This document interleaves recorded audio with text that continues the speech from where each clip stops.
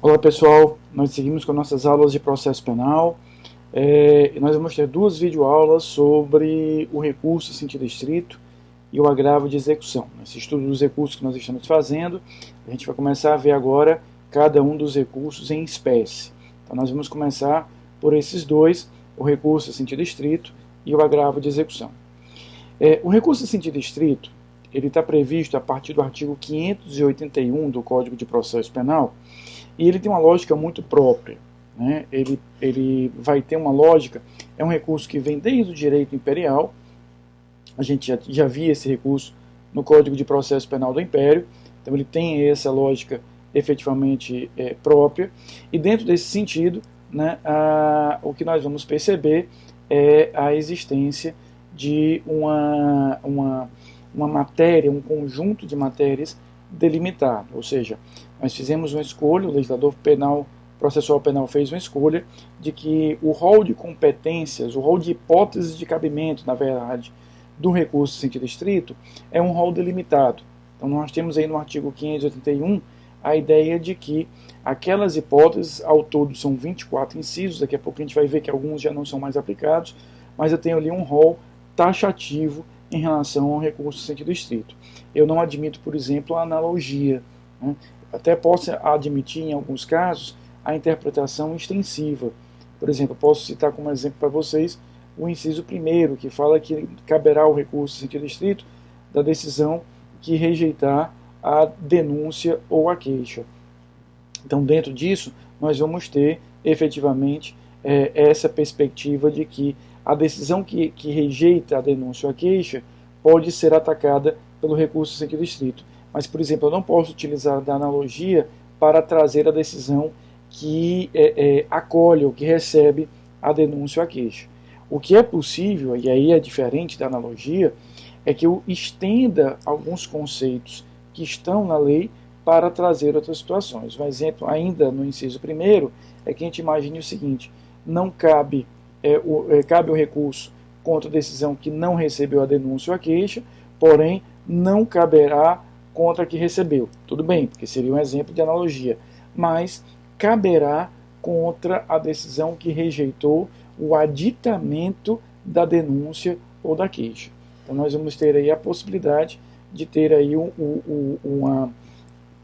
recurso utilizado não apenas para a decisão que rejeitou a denúncia ou a queixa, mas para a decisão que rejeitou o aditamento da denúncia ou da queixa. Ou seja, tudo isso vai ter que ser delimitado e definido dentro desse cenário. Tá?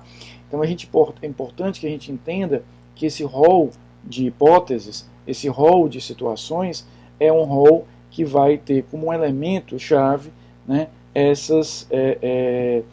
esse conjunto, né, de hipóteses previsto. É um rol, portanto, não apenas exemplificativo, mas um rol taxativo, um rol limitador, um rol que limita. Agora a gente precisa entender que nem todas as hipóteses aí do artigo 581 ainda admitem o uso do recurso em sentido estrito. Eu posso sintetizar dizendo o seguinte, que todas as hipóteses do recurso em sentido estrito de fato estão no 581, mas nem todas as hipóteses do 581 ainda admitem o uso do recurso em sentido estrito. E por que isso acontece? Porque o que aconteceu? A redação do artigo 581 original vem da década de 1940, com o Código de 1941. Então, ali, naquele momento, para que eu identificasse se era possível ou não a utilização do recurso em sentido estrito, bastava que eu verificasse se a minha decisão estava inserida ali no artigo 581. Né? Eu simplesmente olhava, minha decisão está no 581? Está, então cabe o recurso em sentido estrito. Não está presente ali, não está ali, então não caberia o recurso em sentido estrito. Então a gente não teria aí grandes dificuldades em relação a isso. Mas o que foi que aconteceu?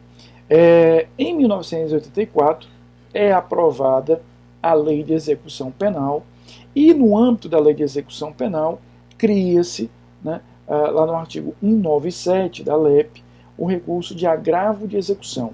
Então o recurso de agravo de execução é um recurso previsto, gestado, imaginado para algumas hipóteses, né? Ele vai trabalhar com algumas hipóteses, dentre elas as hipóteses de que vai dizer o seguinte: o artigo 197 fala: caberá agravo das decisões tomadas pelo juiz sem efeito suspensivo. Claro que esse juiz aqui, indicado no artigo 197 da Lei de Execução Penal, Lei 7.210 de 84, é o juízo da execução, né? É o juízo da execução. Então, o juízo da execução será o juízo que terá todas as suas decisões desafiadas, atacadas pelo recurso de agravo de execução. Então, o que é que aconteceu? Nós tínhamos um rol delimitado no artigo 581. Para identificar se caberia recurso de distrito, bastava ir ali e identificar uma dessas situações. Depois vem, em 1984, uma nova lei, a Lei de Execução Penal, que cria um determinado recurso, e esse recurso irá atingir algumas hipóteses da Lei de Execução Penal, atingindo o Código de Processo Penal. Em outras palavras, como a Lei de Execução Penal, ao criar o agravo de execução, traz uma fórmula tão genérica, isso vai fazer com que algumas decisões que hoje são atacadas pelo agravo de execução ainda estejam presentes ou previstas no artigo 581, havendo aí uma revogação tácita. Então, algumas das hipóteses do 581 foram esvaziadas e conduzidas para o rol de hipóteses do agravo de execução. O que é que nós precisamos entender? Hoje, leia-se, depois do advento do agravo de execução na Lei de Execução Penal, para que a gente utilize o recurso em sentido estrito, eu preciso fazer dois raciocínios. Tá? Então, vamos entender. Diante de uma decisão, diante de uma situação em que eu preciso decidir se é cabível ou não o recurso em sentido estrito, eu vou fazer duas perguntas. A primeira pergunta é: esta decisão está descrita no rol de hipóteses do artigo 581? Sim, ela está. Né? Então, ela está descrita em relação àquela determinada situação. Então, se eu tivesse antes da Lei de Execução Penal, o meu problema estava acabado. Caberia o recurso em sentido estrito. Mas agora, já que a criação do agravo de execução fez com que houvesse uma revogação tácita de alguns dispositivos, a gente vai ter a possibilidade de ter uma revogação e, portanto, eu preciso fazer uma segunda pergunta. Então, a primeira pergunta qual é? Esta decisão que eu quero recorrer está prevista de forma expressa no rol de hipóteses do artigo 581? Porque se a minha resposta for não, eu já descartei o uso do recurso em sentido estrito.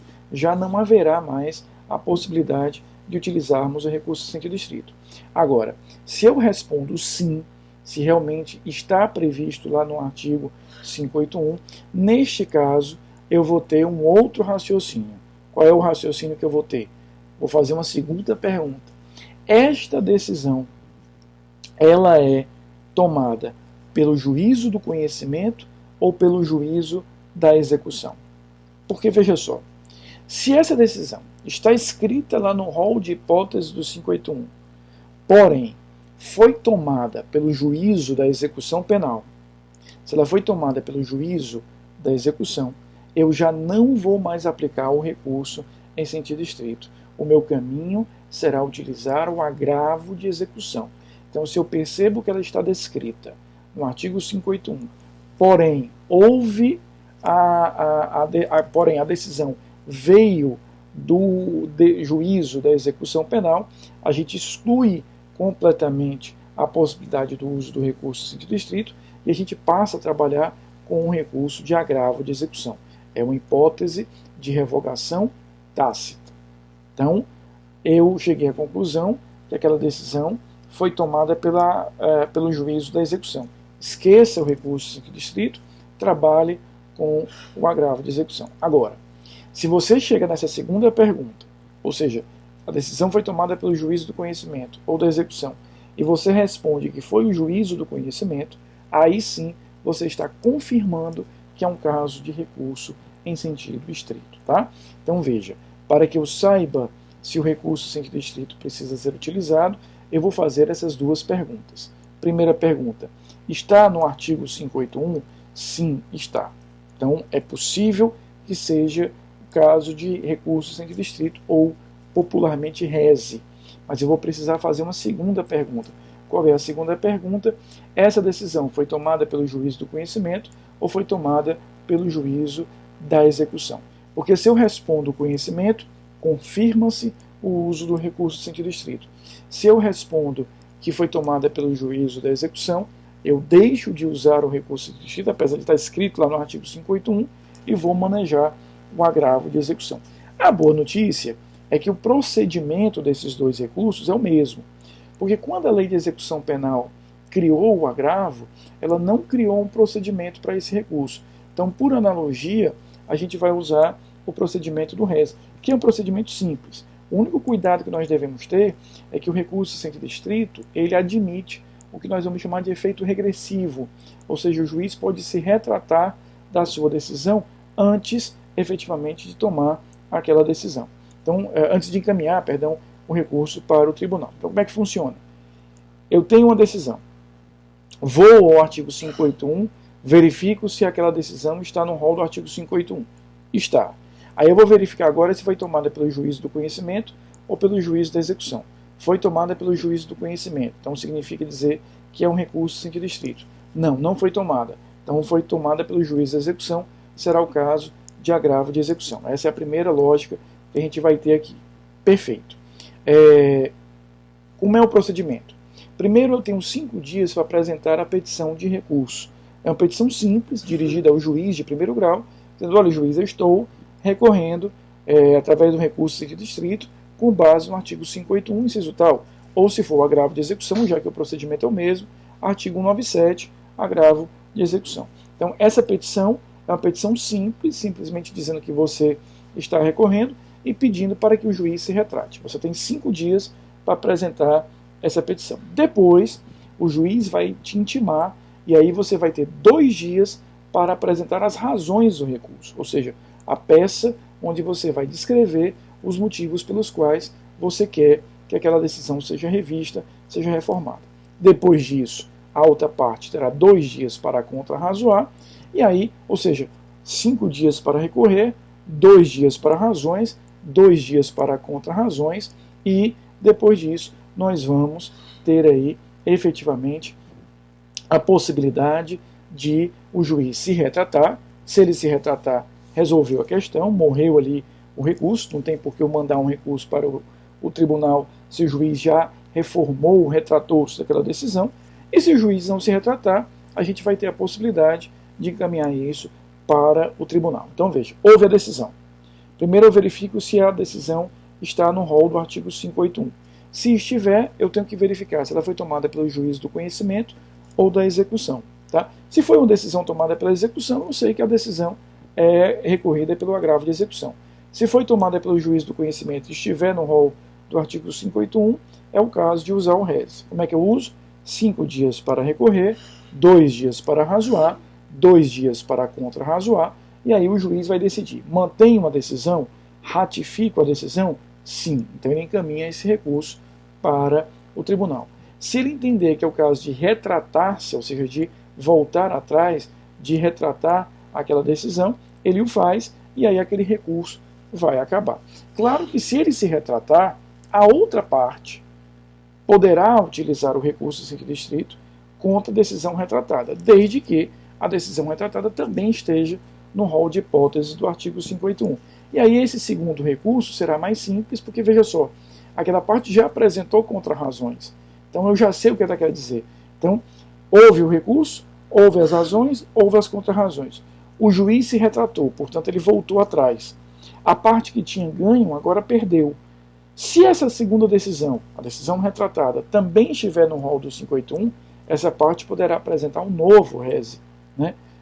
E aí, nesse caso, esse rese já não tem mais o direito ao efeito regressivo, será encaminhado diretamente ao tribunal. E esse rese, eu não preciso mais apresentar razões e contrarrazões. Eu aproveito as razões e contrarrazões daquele recurso antigo que tinha sido apresentado pela outra parte. Porque, na verdade, entendam, eu só inverti a polaridade.